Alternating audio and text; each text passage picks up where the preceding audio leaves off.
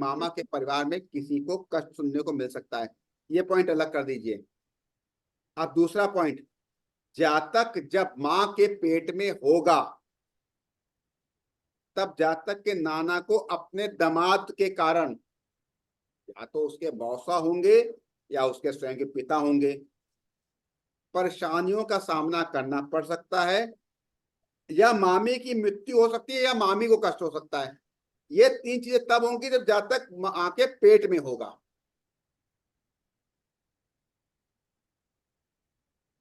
Clear है? जी गीतिका ma'am clear है? जी sir. Suniti ma'am, ज्योति ma'am, Reena ma'am clear है? जी सर। सर एक चीज मुझे पूछनी थी। हम्म। कुंभ लग्न की दूसरी दूसरे हाउस के लग्न की महादशा, दूसरे हाउस के लॉर्ड की महादशा। नहीं, कुंभ लगन किसकी भी होगी, जब वो थोड़ा पैदा सा। होगा, वो किसी ना किसी दशा में पैदा हुआ होगा ना, जी। तो उसकी जो वो दशा के बाद जो नेक्स्ट दशा आएगी और उसकी नेक्स्ट दशा आएगी, उसकी बात कर रहा हूं। अच्छा जी। जैसे मैं सपोज, ओके जी, समझ गया। अगर जिस भी दशा में वो पैदा हुआ, उससे दूसरी दशा और फिर तीसरी दशा। जी जी जी जी जी जी, मैं कंफ्यूज हो गई। मुझे लगा जुपिटर की, अगर कुंभ लग्न है तो जुपिटर की महादशा, जुपिटर की महादशा, मैंने थोड़ा सा कंफ्यूजन था। नहीं नहीं, जी समझ में आ गया जी सर। क्लियर। रीना हाँ मैम जी। आपको क्लियर हुआ? जी सर क्लियर है। ठीक। अब ये ना आपका जो कुंडली होकर है, इसको मिलाया करिए कि हाँ क्या हुआ था।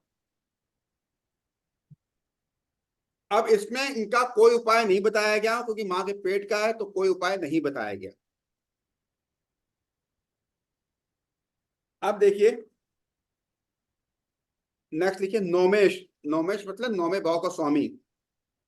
यदि नौमास में चर राशि में हो, चर अचर दीर्घ स्वभाव जानते होंगे आप सब लोग, इसमें तो कोई प्रॉब्लम होगी नहीं। यदि नौवें भाव का स्वामी चर राशि में हो और केतु चौथे भाव में हो, नौवें भाव का, हाँ बोलिए। नवमेश, नवमेश नौमेश यदि नौमास में चल राशि में हो और केतु चौथे भाव में हो,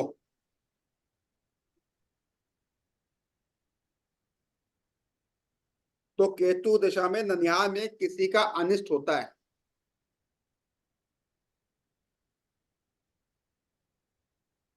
तो इसलिए ननिहाल में किसी को दिक्कतें बढ़ रही हो तो जातक स्वयं अपनी केतु की पूजा करे।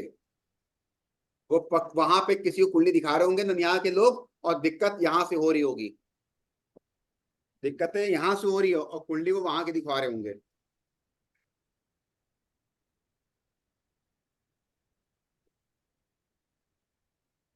क्लियर है?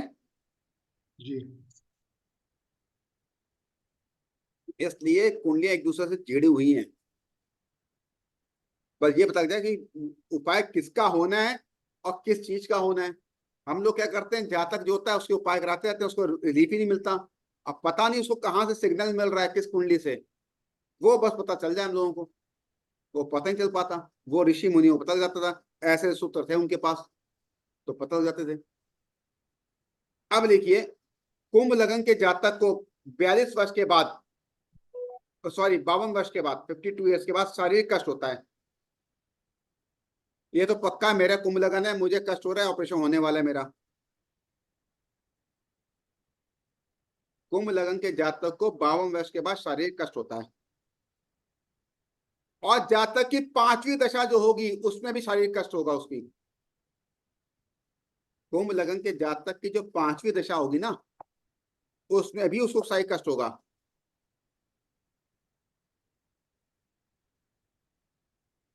तीसरा पॉइंट लिखिए। सर इसका कोई उपाय नहीं होगा? मैं बता रहा हूँ, सुनिए तो, आप हर चीज में उपाय मत पूछिए, मैं पूरा कंप्लीट हो जाने दीजिए। जी इसका सबका उपाय बता रहा हूँ, रुकिए तो। अब इसमें क्या है, जातक अपनी दूसरी दशा में, कुंभ लगन वालों की बात कर रहा हूं, अपने चाचा ताया और पिता, ये लोग आपस में होंगे, मतलब जातक अपने पिता के भाई के साथ तीर्थ यात्रा पे जाएगा। ठीक है? और पक्की बात बता रहा हूं, 100% ये बात निश्चित है, क्लियर है, किससे पूछ लीजिएगा, कोई दुख सूचना उसको मिलेगी, वहां पहुंचेगा, जाते वक्त किसी लड़ाई झगड़ा रास्ते में हो जाए या आने के बाद हो जाए। मेरी जब थी, मैं घर से आया हूं, तीर्थ यात्रा करके कदम रखा है, मेरे चाचा की मृत्यु हो गई थी, सेकंड चाचा की। फिर कंप्लीट कर रहा हूं। जातक की जब दूसरी दशा होगी, उस दशा में जातक अपने पिता के भाई, जातक के पिता और जातक के पिता के भाई, चाहे वो चाचा हो ताया हो, उनके साथ वो किसी तीर्थ यात्रा पे जाएगा। रास्ते में किसी लड़ाई झगड़ा हो सकता है, कोई सूचना मिल सकती है या पहले मिल सकती है, मतलब वो आने के बाद। उसका उपाय क्या बताया गया, उपाय सुनिए। मैंने उपाय, दूध से भरा